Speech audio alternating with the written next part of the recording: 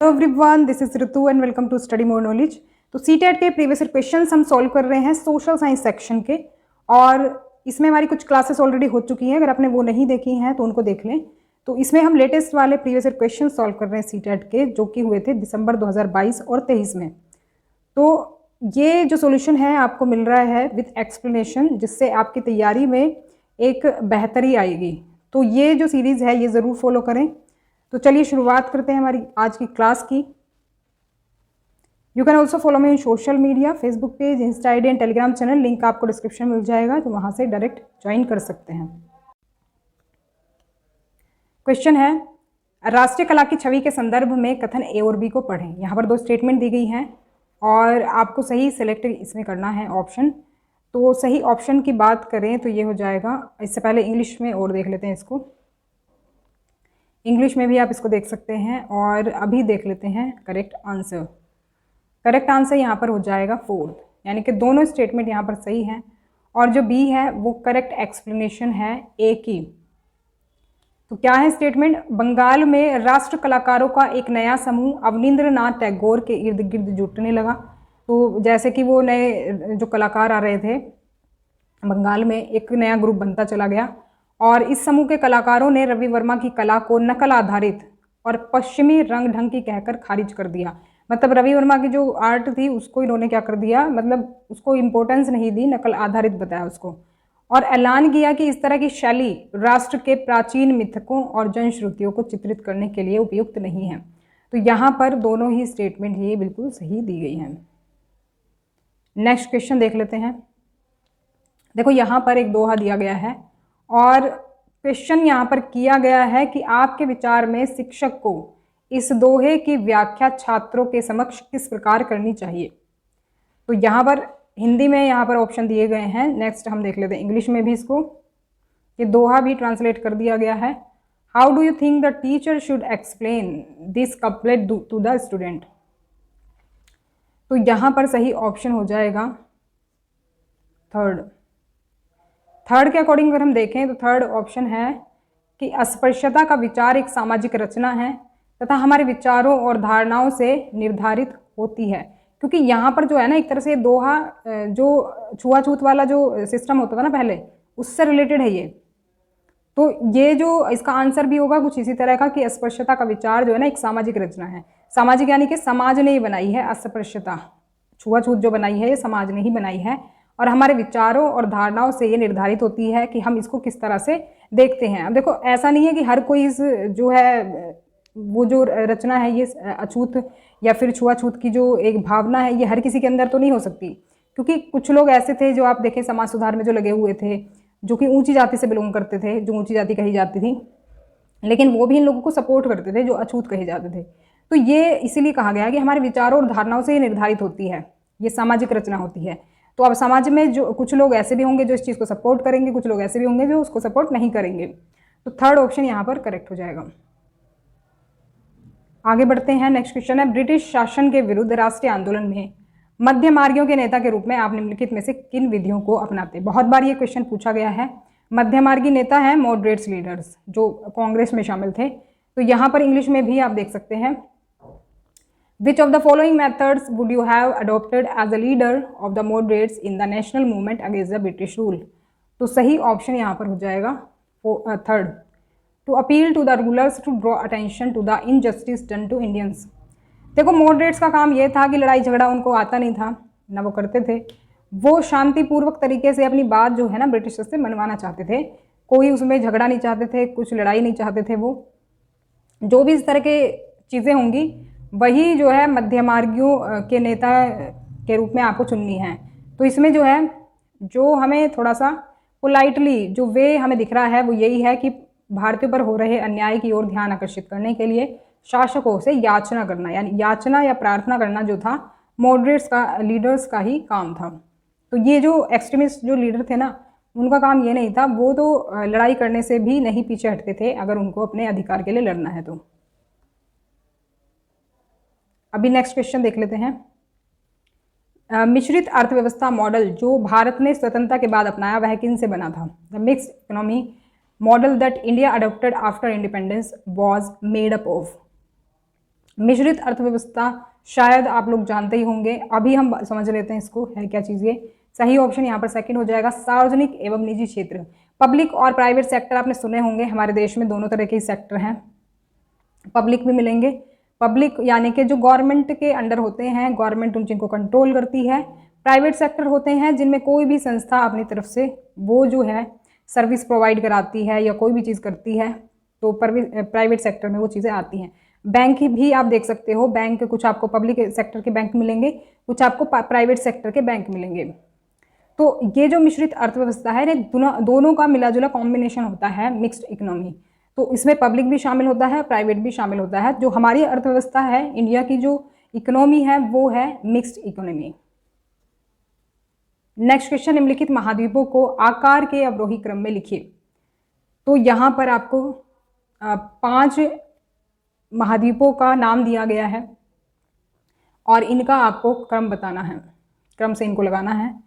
तो यहाँ पर इसको सीक्वेंस से अगर हम लगाएं तो पहले तो इसको इंग्लिश में देख लेते हैं और सही ऑप्शन हो जाएगा यहाँ पर थर्ड। ये बेसिकली आपको डिसेंडिंग ऑर्डर में लगाना था, साइज़ के डिसेंडिंग ऑर्डर में, यानी कि घटते क्रम में। सबसे पहले बड़ा कॉन्टिनेंट आ जाएगा, उसके बाद छोटा साइज़ होता चला जाएगा। तो थर्ड ऑप्शन के अकॉर्डिंग अगर हम देखें तो अफ्रीका जो है इनमें सबसे बड़ा है, फिर आता है नॉर्थ अमेरिका, इससे छोटा हो जाएगा, साउथ अमेरिका इससे छोटा है, और फिर अंटार्कटिका साउथ अमेरिका से भी छोटा है, यूरोप इनसे अंटार्कटिका से भी छोटा है। तो ये सीक्वेंस इनका बन जाएगा डिसेंडिंग ऑर्डर अगर हम साइज़ के अकॉर्डिंग लगाते हैं तो जैसा कि आप यहाँ पर भी देख सकते हैं। एशिया ऑप्शन में नहीं था, ना ऑस्ट्रेलिया ऑप्शन में था, तो यहाँ पर हम देख लेते हैं। सबसे बड़ा जो आता है इसमें साइज़ में एशिया आ जाता है, एशिया के बाद आता है अफ्रीका, अफ्रीका के बाद आ जाता है north America, south America, Europe और ऑस्ट्रेलिया लास्ट में आ जाएगा, अगर हम सारे कॉन्टिनेंट्स को सीक्वेंस से लगाते हैं डिसेंडिंग ऑर्डर में। नेक्स्ट क्वेश्चन है, दक्षिण ध्रुव वृत्त अवस्थित है, the Antarctic circle is located at. ये जो हमारी लैटिट्यूड लाइंस होती हैं, ये पृथ्वी पर सर्कल जैसा बनाती हैं, हालांकि ये काल्पनिक रेखाएं हैं, ऐसी कोई पृथ्वी पर रेखा नहीं है। तो हमने मेजरमेंट वगैरह के लिए काल्पनिक रेखाएं खींची हैं जो लैटिट्यूड लॉन्गिट्यूड लाइंस होती हैं। तो ये जो लैटिट्यूड लाइंस होती हैं पृथ्वी पर, मान लो ग्लोब बना लिया हमने, ये वाली जो लाइनें हैं ये लैटिट्यूड लाइंस हैं, और ये जो है ये सामने से आपको भले ही ऐसी दिख रही हो लेकिन ये सर्कल बनाती हैं। अब अगर गेंद लोगे और गेंद पर इसी तरह से बीचों बीच एक रेखा खींच दोगे इक्वेटर की तरह, तो आप क्या पाओगे कि गेंद के चारों तरफ जो है रेखा खींच गई है। अब क्योंकि गेंद गोल है तो गेंद के चारों तरफ जो लाइन हमने खींची थी वो एक सीधी लाइन नहीं है, बल्कि एक सर्कल क्रिएट कर रही है। अगर आप गेंद को काट करके देखोगे तो क्या बनाएगी वो लाइन, वो सर्कल बनाएगी। तो वैसा ही आप कंसीडर कर सकते हो पृथ्वी को भी, वैसे ही सर्कल बनाती है पृथ्वी के अंदर, ये पृथ्वी के चारों ओर ये लाइनें लैटिट्यूड लाइंस। तो ये लैटिट्यूड लाइंस जो हैं कुछ मुख्य लाइनें होती हैं जो आपको ये 23.5 डिग्री, 66.5 डिग्री इस तरह से आपको दी जाती हैं। इक्वेटर जो है वो 0 डिग्री लाइन है। ये वैसा मैंने डिटेल में चैप्टर कराया हुआ है, आप उसको डिटेल वाले चैप्टर को पढ़ लें, अच्छे से कंसेप्ट क्लियर हो जाएगा। तो अभी हम इसका आंसर देख लेते हैं। सही आंसर इसका हो जाएगा सेकंड ऑप्शन, 66.5 डिग्री साउथ जो है इसको हम कहेंगे दक्षिण ध्रुव वृत्त। अभी इसको हम देख लेते हैं ये कहाँ पर है। बेसिकली दक्षिण ध्रुव वृत्त यानी कि दक्षिण दिशा में रहेगा। तो क्योंकि हम जो ये इक्वेटर है, इक्वेटर जो लाइन खींचती है ये पृथ्वी को 2 बराबर भागों में बांटती है। ऊपर का भाग नॉर्थ कहलाता है, नीचे का भाग साउथ कहलाता है। तो उत्तरी गोलार्ध और दक्षिणी गोलार्ध। अभी जो भी हम लाइन देखते हैं या फिर अगर हम डिग्री में भी देखें तो अगर हम ऊपर की डिग्री नापते हैं तो हम ऊपर के साथ लगाएंगे नॉर्थ उत्तरी, और नीचे की अगर देखते हैं तो साउथ लगा देंगे। अब देखो 23.5 डिग्री तो दोनों तरफ ही है, लेकिन हमें कैसे पता चलेगा ये ऊपर की या नीचे की है। तो एन लगा देंगे तो ऊपर का हो जाएगा, नॉर्थ का हो जाएगा, और ऐसे लगा देंगे तो साउथ का हो जाएगा, ध्यान रखना। और ये जो हमसे लाइन पूछी थी जो दक्षिणी ध्रुव वृत्त है ये बन रहा है यहाँ पर। ये जो लाइन आप देख रहे हो Antarctic circle, Antarctic circle English में दिया गया है, तो ये यही है 66.5 डिग्री पे ये बना हुआ है। देखो ये सर्कल बना हुआ है, तो पूरा जैसे गेंद पर खींचोगे ना लाइन तो चारों तरफ लाइन खींचेगी, वैसे ही बाकी भी इंपॉर्टेंट लाइन यहाँ पर दी गई हैं, आप देख सकते हैं। 66.5 डिग्री नॉर्थ में आर्कटिक सर्कल है। देखो अंटार्कटिक और आर्कटिक सर्कल याद रखने का तरीका जान लो, अंटार्कटिक और आर्कटिक में कंफ्यूज हो सकते हो। अंटार्कटिक साउथ में आता है, नीचे आता है अंटार्कटिका महाद्वीप, उसी से अंटार्कटिक सर्कल को याद रख सकते हो आप। नेक्स्ट क्वेश्चन, किसी स्थान विशेष पर समय की समझ व गणना हेतु निम्नलिखित में से किस पूर्व संप्रत्यय की आवश्यकता होगी। समय की समझ और गणना अगर करनी है तो क्या क्या चाहिए होगा हमें, मतलब क्या जानकारी हमारे पास होनी चाहिए। यहाँ पर इंग्लिश में भी क्वेश्चन दिया गया है और सही ऑप्शन यहाँ पर हो जाएगा fourth.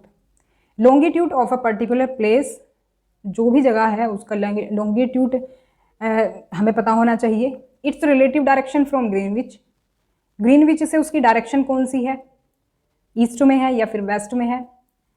Time eight Greenwich, Greenwich पे क्या टाइम हुआ है, तभी हम बता पाएंगे कि किस जगह का टाइम जो पूछा जा रहा है वो क्या रहेगा, अगर हमें ग्रीनविच का टाइम पता होगा। तो सबसे पहले मैं आपको देखो एक्सप्लेन कर देती हूँ इसको। जैसे मान लो हमने यहाँ पर ग्लोब बना लिया, ग्लोब पर अभी हमें पता होना चाहिए, देखो जो टाइम होता है ना हमारा निर्धारित होता है लॉन्गिट्यूड लाइन से।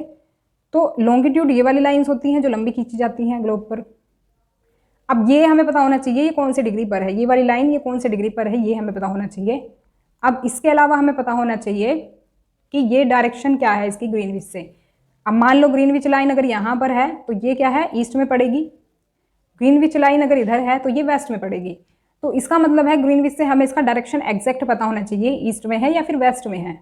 उसके बाद टाइम एट ग्रीनविच, अब देखो अगर ग्रीनविच का टाइम हमें पता होगा, मान लो ग्रीनविच पर 12 बजे हैं और ये 1 घंटे बाद का टाइम का जो भी है जगह है, तभी हमें पता चलेगा कि भैया कितने डिग्री पर है। ग्रीनविच का तो हमें डिग्री पता ही है, 0 डिग्री पर है ग्रीनविच। अब ग्रीनविच से जिधर भी हम जाएंगे उसके उतने ही डिग्री के हिसाब से कैलकुलेट कर लेंगे। तो ये तीनों चीज़ें हमें चाहिए होंगी, ऑप्शन 4 करेक्ट हो जाएगा।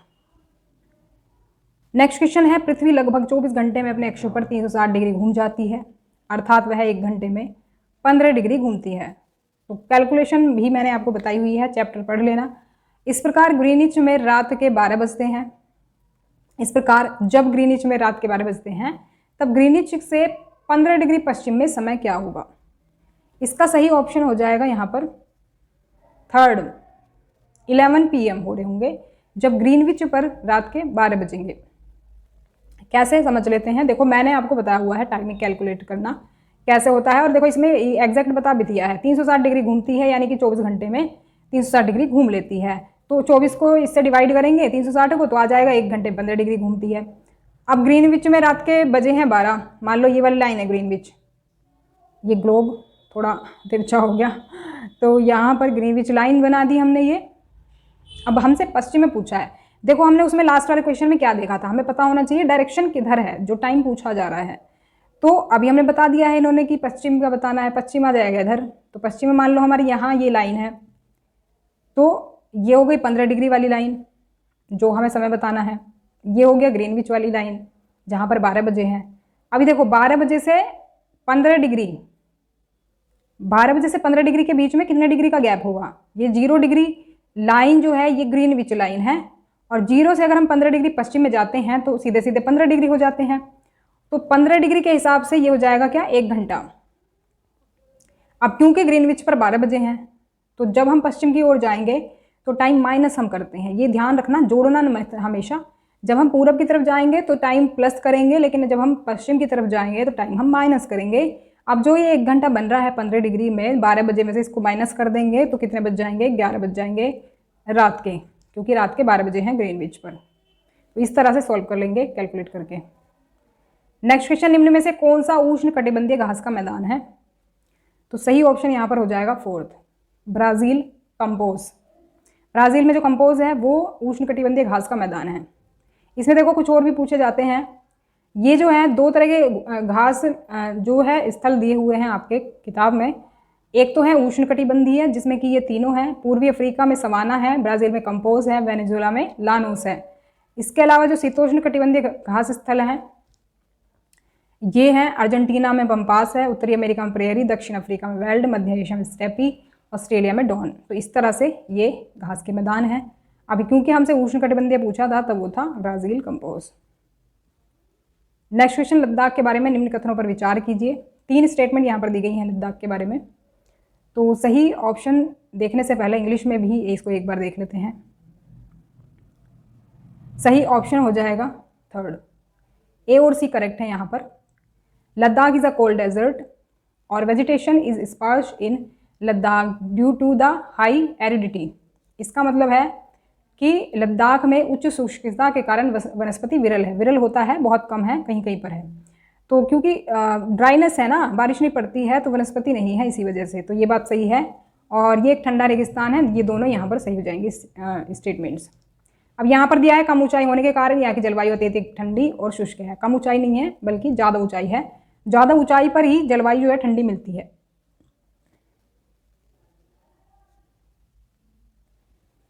तो ये थी हमारी आज की क्लास। वीडियो पसंद आई तो लाइक करें, शेयर करें ज़्यादा से ज़्यादा लोगों को, और सब्सक्राइब कर लें चैनल को, जिससे आपको आगे के नोटिफिकेशन मिलते रहें। तो मिलते हैं नेक्स्ट क्लास में, तब तक के लिए stay connected and keep watching study more knowledge. Thanks for watching.